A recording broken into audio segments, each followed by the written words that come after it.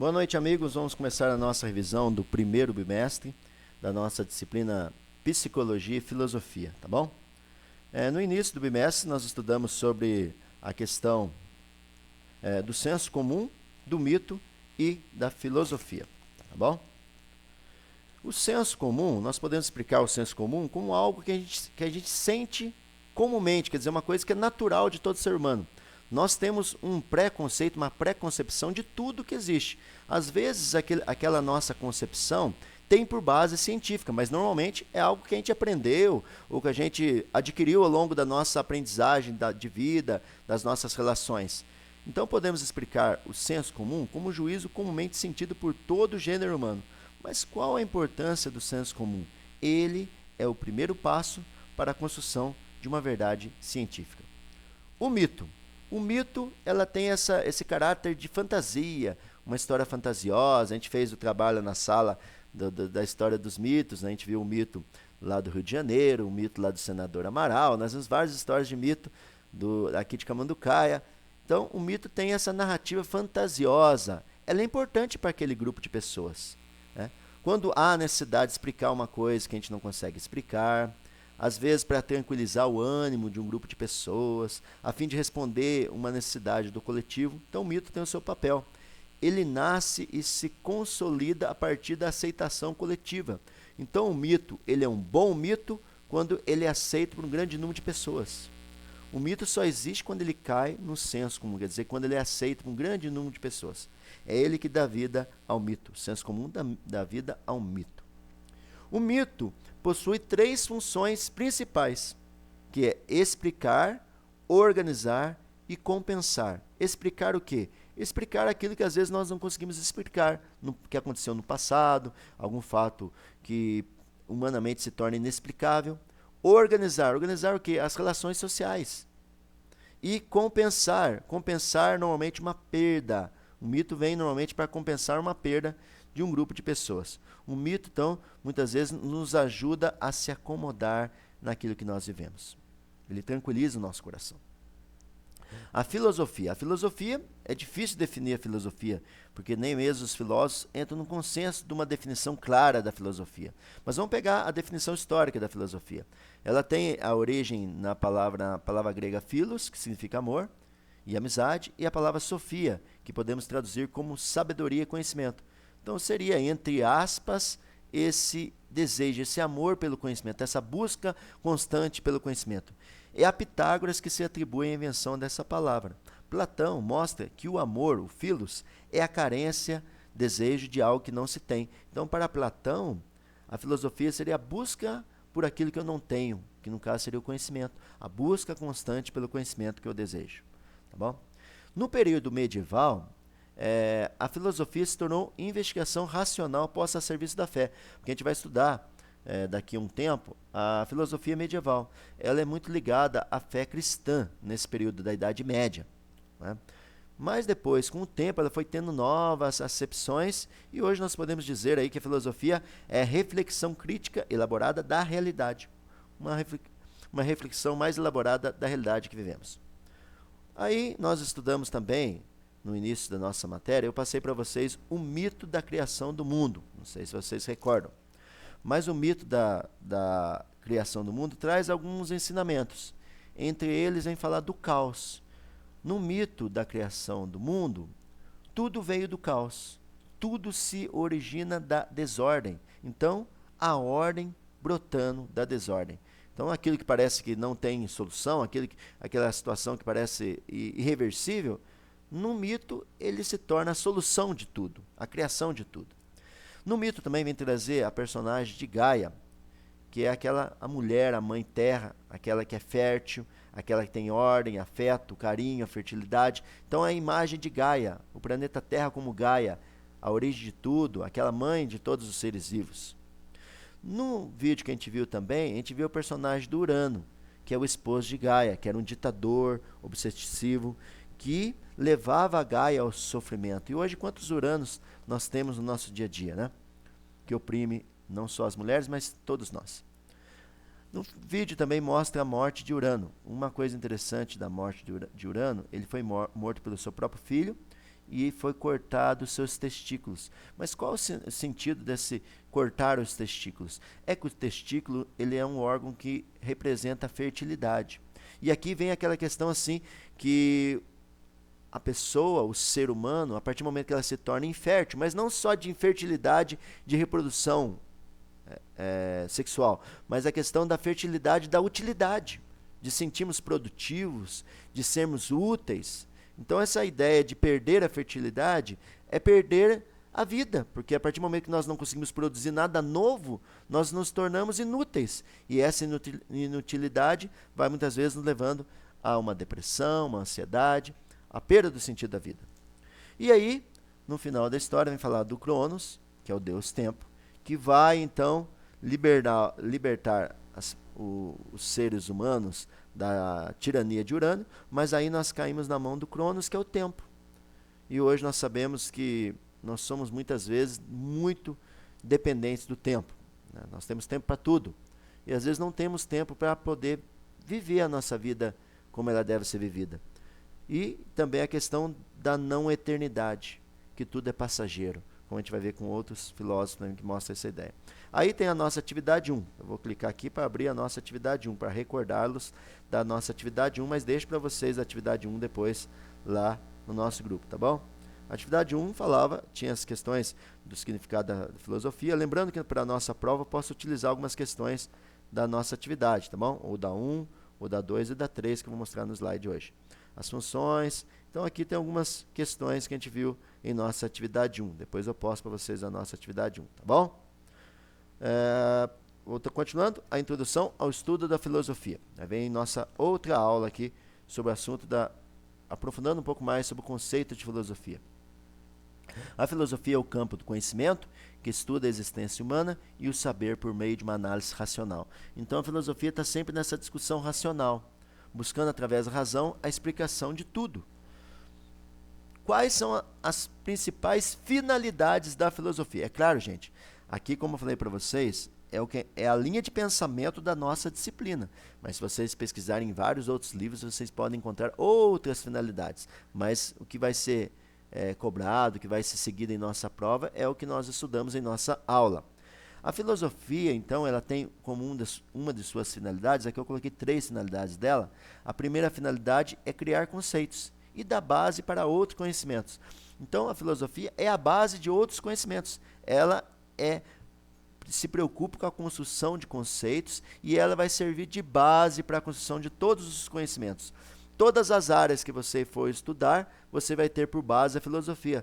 Tanto é que a disciplina de filosofia existe em praticamente quase todos os cursos de ensino superior, porque ela é a base de tudo, tá bom? Ela auxilia e possibilita a produção do conhecimento. A segunda finalidade da filosofia, de acordo com a nossa disciplina, é a refletir sobre a vida. A filosofia nos ajuda a refletir sobre a nossa vida, a entender melhor quem nós somos, conhecermos, né, o autoconhecimento, como a gente vai ver depois no estudo da Grécia Antiga, né, o autoconhecimento, conhecer-te a ti mesmo, essa busca por nos conhecer, né, e refletir sobre questões da vida, do dia a dia, da natureza. Então a filosofia nos leva para dentro de nós mesmos. E a filosofia também, ela é a base da ética e da política. É através da filosofia que nós podemos organizar todas as relações sociais, no convívio ético, no exercício da cidadania, e também ela orienta todas as nossas ações. Ela direciona as nossas ações. E essa visão política, não do partidarismo, mas da política do exercício da cidadania, do exercício do nosso papel de cidadão. Bom? A filosofia, então, ajuda o Estado a se organizar. A gente vai ver que tem vários pensadores que falam sobre o conceito de democracia, da igualdade social, da questão da organização das classes sociais. A gente vai estudar muito sobre isso também no próximo bimestre. Então, a filosofia é a base da ética e da política. A filosofia tem por origem, é claro que nós estamos estudando a filosofia ocidental. Existe a filosofia oriental que tem outras raízes e outros estudos. Mas a nossa filosofia, que é a base do nosso conhecimento, que é a filosofia ocidental, ela tem por origem a Grécia Antiga. Né? Mas por que a Grécia foi tão importante? A Grécia era uma cidade comercial que recebia muitas navegações e de grande diversidade cultural. Então, essas características da Grécia, se a gente olhar um mapa aqui da Grécia Antiga, ela é toda insular, ela tem muitas ilhas, ela é toda recortada, e ela era um lugar de encontro de navegantes. Então, isso possibilitou que nesse lugar existissem muitas trocas de conhecimento. E quando nós trocamos conhecimentos, nós construímos novos conhecimentos. Então, essa troca cultural, essa troca filosófica de ideias, isso fez com que a Grécia se tornasse aí o berço da filosofia. Lembrando que a filosofia ocidental. Antes da origem da filosofia, a explicação de tudo era mítica. Utilizava o misticismo, as crenças, a religião, a mitologia, os deuses. Mas com o tempo, a filosofia vai construindo a ciência. E também dando origem à área do nosso curso, que é a psicologia. O pensamento mítico vai com o tempo, então, dando espaço ao pensamento racional e crítico. Daí, então, surge a filosofia.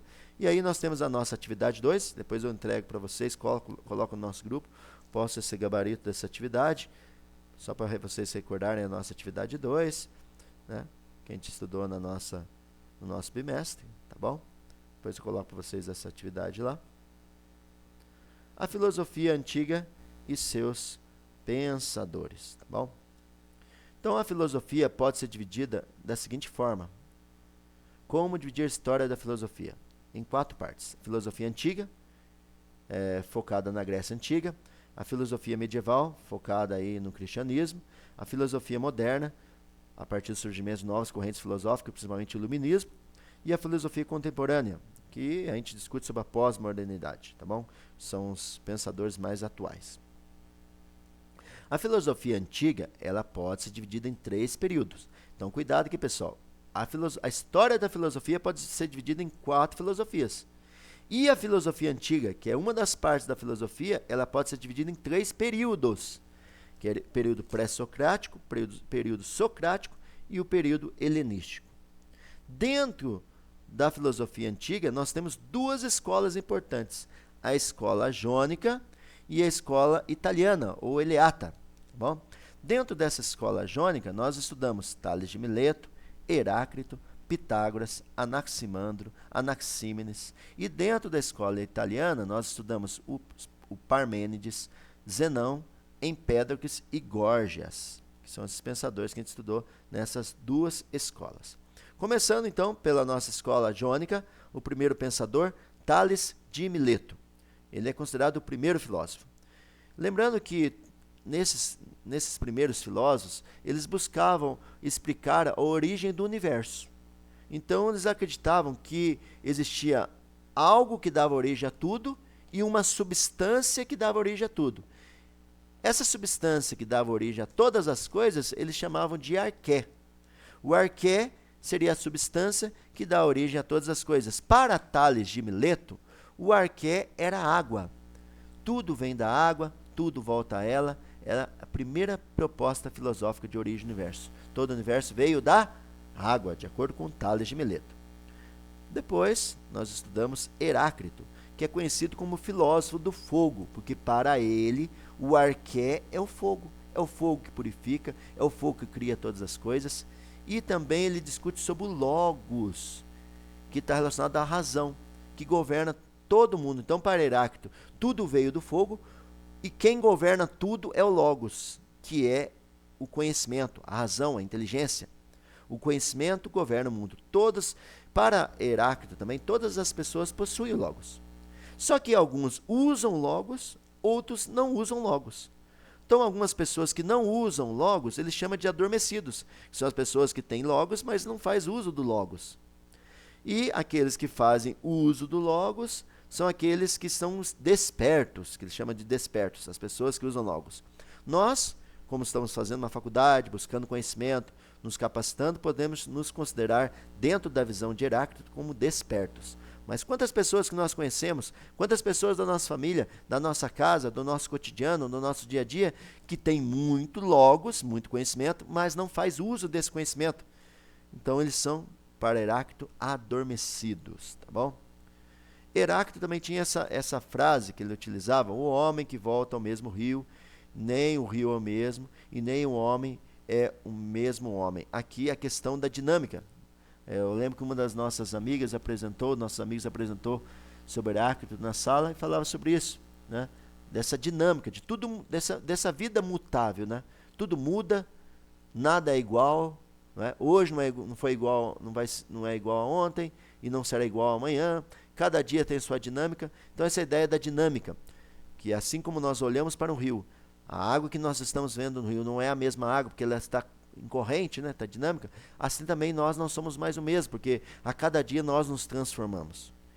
E que a cada dia nós possamos nos transformar para o bem, né? E ficarmos cada dia melhores. Pitágoras. Pitágoras, a gente vai lembrar da matemática, na mão dele tem o triângulo, a pirâmide, tem um desenho ali do teorema de Pitágoras, da hipotenusa e tal. Lembramos muito bem de Pitágoras na matemática. Ele é conhecido como o autor do termo filosofia, como nós já vimos no slide anterior, né? Que para ele, filosofia é amor ao conhecimento. Para Pitágoras, o mundo é todo organizado numericamente. Os números é que deu origem a tudo. Um arqué, para Pitágoras, são os números. Anaximandro. Para Anaximandro, ele acreditava no apeiron. Apeiron seria aquilo que deu origem a tudo, que ele seria o infinito.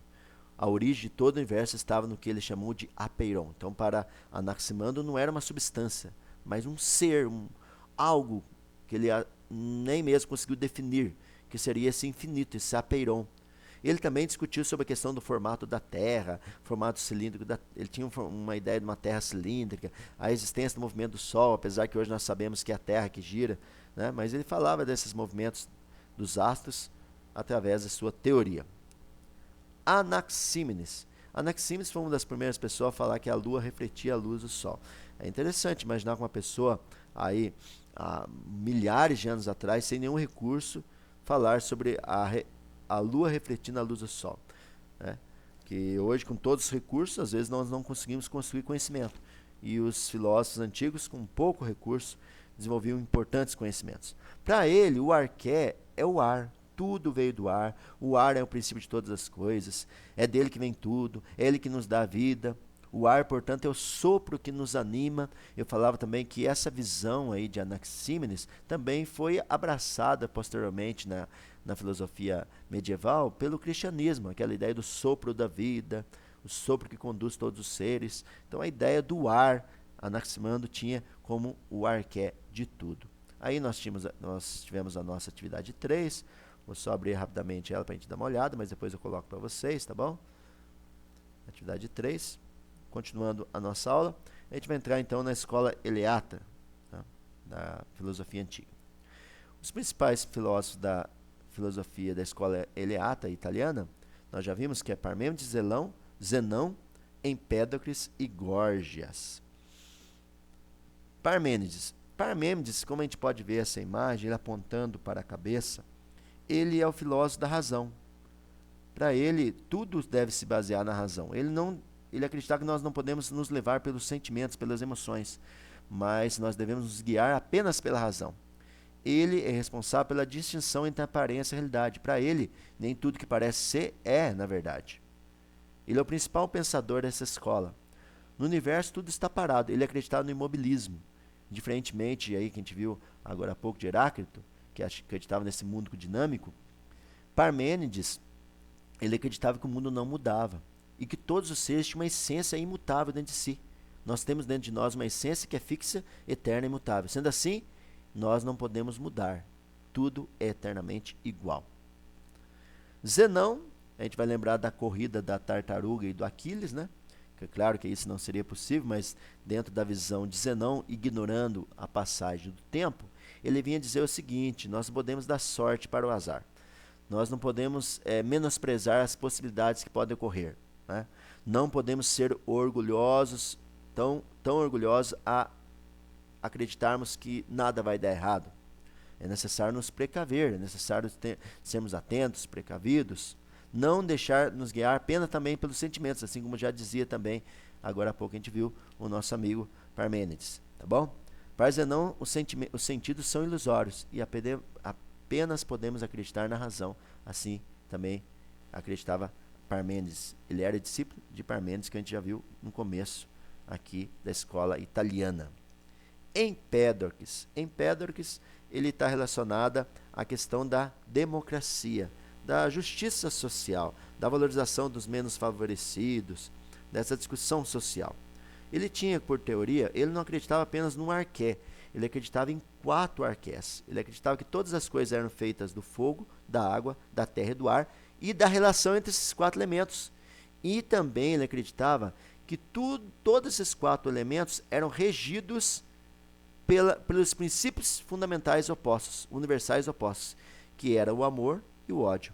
Então o amor e o ódio, eles se completam, levando então aí ou a harmonização ou a separação.